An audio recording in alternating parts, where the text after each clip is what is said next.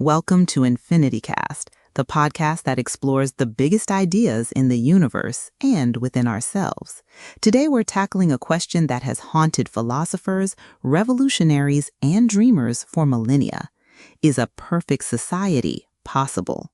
To help me navigate the fine line between paradise and prison, I'm joined by my co-host, the ever-insightful Calyx Rowe. Thanks, Niko. It's a fascinating and dangerous question. The very word, utopia, coined by Sir Thomas More, was a clever pun. It simultaneously means no place and good place.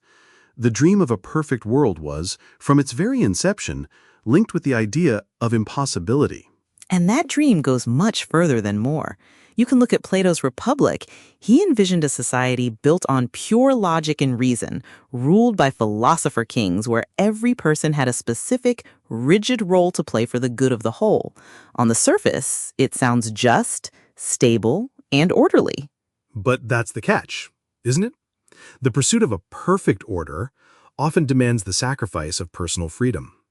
Plato's Republic had no room for artists, poets, or dissenters. One person's perfectly tuned machine is another person's cage. And that's where the utopian dream so often begins to curdle into a dystopian nightmare. That's the turn we saw in the 20th century. After witnessing totalitarian regimes, writers like George Orwell gave us 1984, a vision of a utopia of total security achieved through constant surveillance and the complete annihilation of truth and individuality. Exactly. And Aldous Huxley's Brave New World presented a different, perhaps more insidious, dystopia, not one of pain, but of pleasure. A society where people are conditioned from birth, medicated into happiness, and distracted into submission.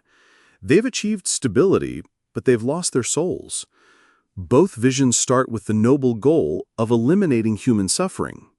So what does that say about the core concept? Is the problem with the blueprint for utopia?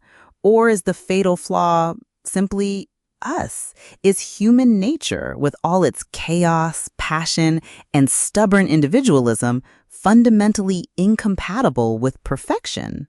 I think it has to be. We are creatures of contradiction. We want safety, but we yearn for risk. We want community, but we fight for our own identity. A society that irons out all those wrinkles, that solves all conflict, might not be a society worth living in. It might just be static, lifeless. So the perfect society remains a no place, a beautiful but ultimately unattainable horizon.